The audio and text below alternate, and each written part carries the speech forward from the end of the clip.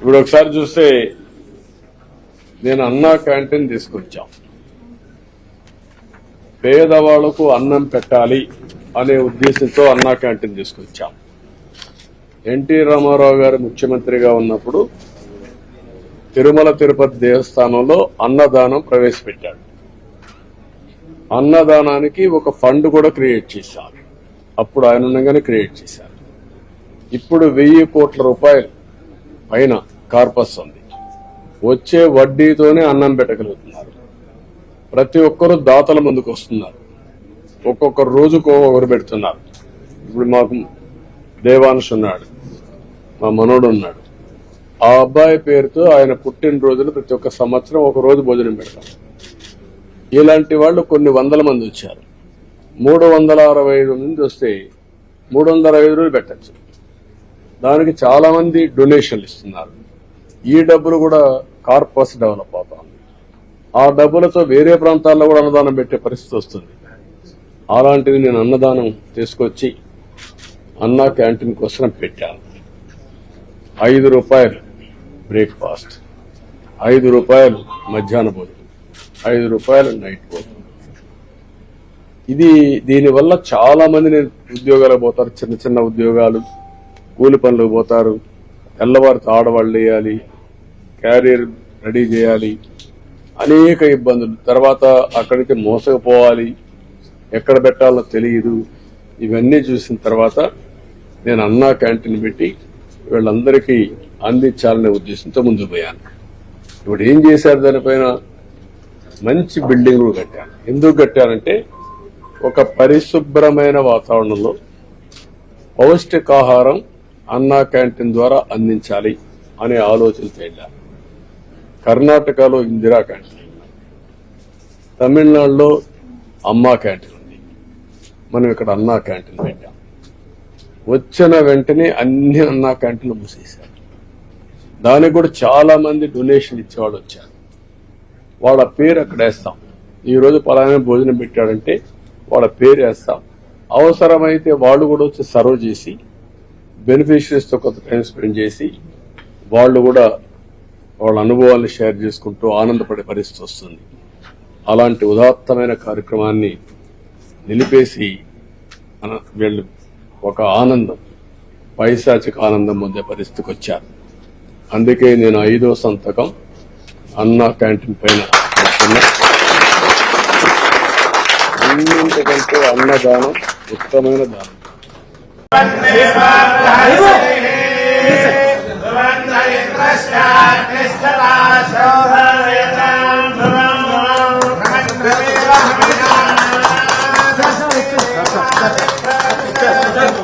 ఈరోజు మీ అందరి కోసం ఎన్నికల్లో కూడా ఉద్యోగాలు లేవని బాగా అన్ని ప్రాంతాల్లో కూడా యువత ముఖ్యంగా పెద్ద ఎత్తున స్పందించారు. నిరాశలు స్కూల్ వదులున్నారు. ఒక పక్క డిఎస్సి పిలవలేదు.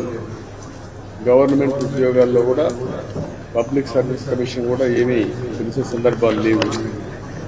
ఇంకొక పక్క ప్రైవేట్ ఉద్యోగాలు కూడా ఎక్కడ రాలేదు. ఇండస్ట్రీస్ అన్ని రాకుండా దేశంలోనే ఎక్కువగా అంటే 24% నిరుద్యోగం ఉండేది మన రాష్ట్రమే.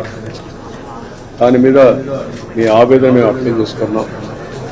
ఎన్నికల్లో ఒక నిర్దిష్టమైన ఆలోచనకు వచ్చాం. నేను అందుకే దీని మీద యువతకు ఉద్యోగాలు కల్పించాలనే ఉద్దేశంతో నేను ఆ రోజు అనౌన్స్ చేశాం. నేను పవన్ కళ్యాణ్ గారు మేము అందరం కలుసుకొని బీజేపీ అందరం కలుసుకొని అందులో మెగా డిఎస్సి పెడతామని ఫస్ట్ సంతకం డిఎస్సి పైన పెడతానని చెప్పాను. అందుకే ఈరోజు 16,347 ఉద్యోగాలు డిఎస్సికి నోటిఫికేషన్ ఇస్తున్నాను. అది ఇప్పుడే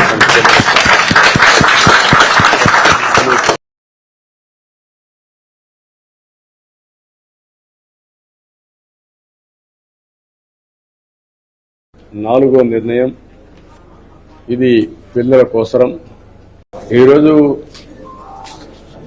నైపుణ్యం పైన శ్రద్ధ పెట్టాలని, దీనికోసం స్కిల్ డెవలప్మెంట్ కోసం, ట్రైనింగ్ కోసం వాళ్ళకి ఎలాంటి స్కిల్స్ కావాలి అనే దానిపైన ఒక అసెస్మెంట్ చేయడానికి స్కిల్ సెన్సస్ అని ఒక కార్యక్రమానికి శ్రీకారం చుట్టాం. అందులో మీరందరూ చూస్తే ప్రతి ఒక్కరికి మీకు కోరికలు ఉంటాయి కానీ ఆ కోరికలు సాధించుకోవాలంటే దానికి కావాల్సిన నాలెడ్జ్ కానీ మెళకువలు కానీ కావాల్సిన అవసరం ఉంది. ఆ సందర్భంలో చాలా మంది నేను చూశాను, చదువుకుంటారు, మార్కెట్లో వాళ్ళకు కావాల్సిన స్కిల్స్ లేకుండా మీకు ఉద్యోగాలు రావడం లేదు. ఇప్పుడు నాలెడ్జ్ ఎకానమీలో ముందుకు పోతున్నాం. ఇలాంటి నాలెడ్జ్ ఎకానమీలో ముందుకు పోయినప్పుడు మీకు తగిన స్కిల్స్ వస్తే ప్రపంచం మొత్తం మీరు రాణించే పరిస్థితి వస్తుంది. అందుకే మొత్తం రాష్ట్రం అంతా కూడా సెన్సస్ తీసుకుంటున్నాం. మీ ఆలోచనలు, ఇది కొత్త సబ్జెక్టు. ప్రపంచంలో ఇంతవరకు క్యాస్ట్ సెన్సస్ చేశారు, జనాభా గణన చేశారు, కులాల వారిగా సెన్సస్ తీశారు. ఎస్సీలు ఎంతమంది ఉన్నారు, బీసీలు ఎంతమంది ఉన్నారు, ఇలాంటి సెన్సస్ తీస్తున్నారు. కానీ మొట్టమొదటిసారిగా దేశంలోనే కాకుండా ప్రపంచంలోనే స్కిల్ సెన్సస్, నైపుణ్యం, ఎవరెవరికి ఏ నైపుణ్యం ఉంది, ప్రపంచంలో భారతదేశంలో ఎలాంటి ఉద్యోగ అవకాశాలు ఉన్నాయి, ఆ ఉద్యోగ అవకాశాలకు తగిన స్కిల్స్ మీకున్నాయా లేదా, ఇది అసెస్ చేస్తున్నాం. స్కిల్ సెన్సస్ చేసి ప్రపంచంలో ఉండే అవకాశాలని, భారతదేశంలో ఉండే అవకాశాలని, మన రాష్ట్రంలో ఎలాంటి అవకాశాలు సృష్టించగలుగుతాం ఇన్ని ఆలోచించుకుని పెట్టుబడులు వస్తాయి. ఆ పెట్టుబడులు వచ్చినప్పుడు వేరే రాష్ట్రాల నుంచి ఉద్యోగస్తులు రాకుండా ఇక్కడే కావలసిన మానవ వనరులు అభివృద్ధి చేయాలి.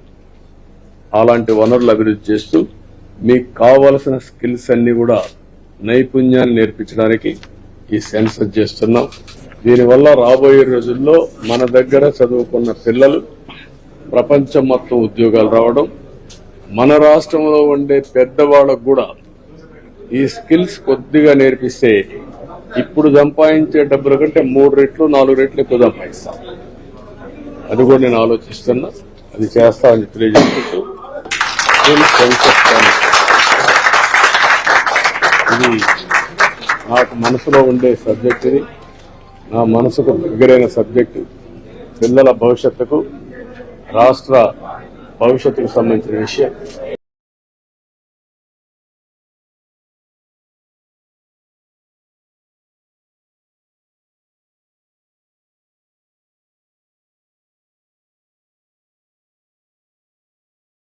ఎన్నికల్లో ప్రధానంగా వచ్చింది పెన్షన్స్ వచ్చాయి. అందుకనే మొట్టమొదటిసారిగా పెన్షన్లు ప్రారంభించింది తెలుగుదేశం పార్టీ, గౌరవనీయులు ఎన్టీ రామారావు గారు 35 రూపాయలతో ప్రారంభించారు. దాన్ని సమైక్య ఆంధ్రప్రదేశ్ నేను 75 రూపాయలు చేశాను.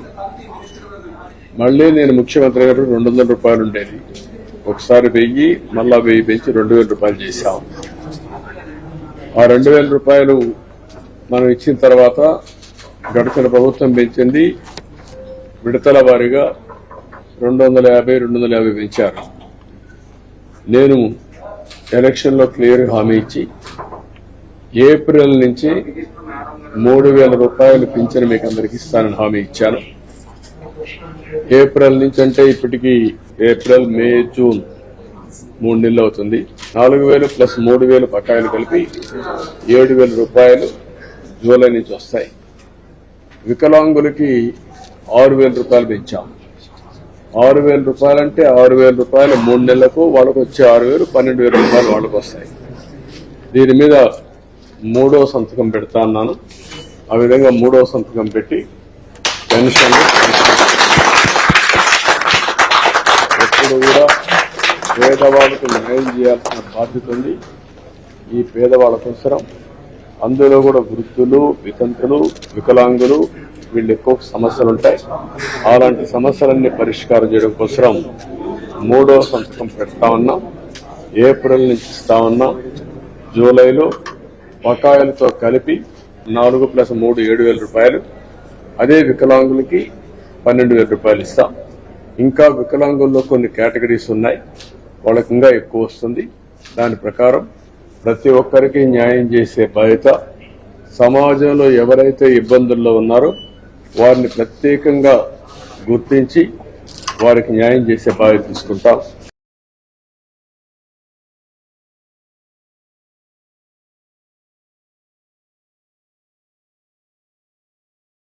మీరందరూ గుర్తుపెట్టుకోవాలి, ల్యాండ్ టైటిలింగ్ యాక్ట్ ఒకటి తీసుకొచ్చి మొన్న నేను ఎన్నికల్లో చెప్పాను, పట్టాదారు పాస్ పుస్తకం మీది, భూమి మీది. గవర్నమెంట్ ఇచ్చేది ఏంటి? పట్టాదారు పాస్ పుస్తకం ఇచ్చారు. అది ఎవరిచ్చారు? ఆ భూమి మీరు కొనుక్కున్నారు, లేకపోతే మీ తండ్రి ఇచ్చాడు, మీ తాత ఇచ్చాడు. దానిపై ముఖ్యమంత్రిగా ఉండే వ్యక్తి బొమ్మ వేసుకోవడం ఏంటి? ఇది ఎక్కడ న్యాయం? ఇది అంటే అది కూడా ఆయన ఏదో దానం చేసినట్టు జగనన్న ఊహకు అన్నాడు. అంటే ఆయన భూమి ఇచ్చినట్టు మీకు రాసుకున్నాడు. ఇప్పుడేమంటున్నాడు? ఇవన్నీ ఒక చట్టం తీసుకొచ్చాడు. ఆయన మనుషులు పెట్టుకుంటాడంట. ఆయన మనుషులు పెట్టుకొని రికార్డులు మార్చేస్తే, రికార్డులు మార్చకపోయినా కూడా సెటిల్మెంట్ చేస్తున్నారు. భూమిని తరివేశారు మిమ్మల్ని. ఇప్పుడు మిమ్మల్ని తరివేయక్కర్లా, రికార్డే మార్చేస్తారు. ఒకసారి రికార్డు మార్చాడనుకో, ఇంక నీకు దిక్కే లేదు. నేరుగా ఎక్కడ పోవాలి? హైకోర్టు పోవాలి. హైకోర్టు పోతే 50 ఏళ్ళు అవుతుంది. నువ్వు చనిపోయి నీ పిల్లలు కూడా సరిపోతారు. ఆ పరిస్థితి తీసుకొచ్చాడు. అందుకే దీన్ని ఏమాత్రం కూడా ఆమోదించకూడదు. ఇమీడియట్ గా రద్దు చేస్తాం, రిపీల్ చేస్తాం. మీరు చెప్పింది కూడా అలాంటి ఆలోచనలు ఉంటే ఎక్కడెక్కడ అన్యాయం జరిగింది ఇవ్వండి. వాళ్ళందరినీ శిక్షించి మళ్లీ అన్యాయం జరిగిన ఆదుకునే బాధ్యత మాది.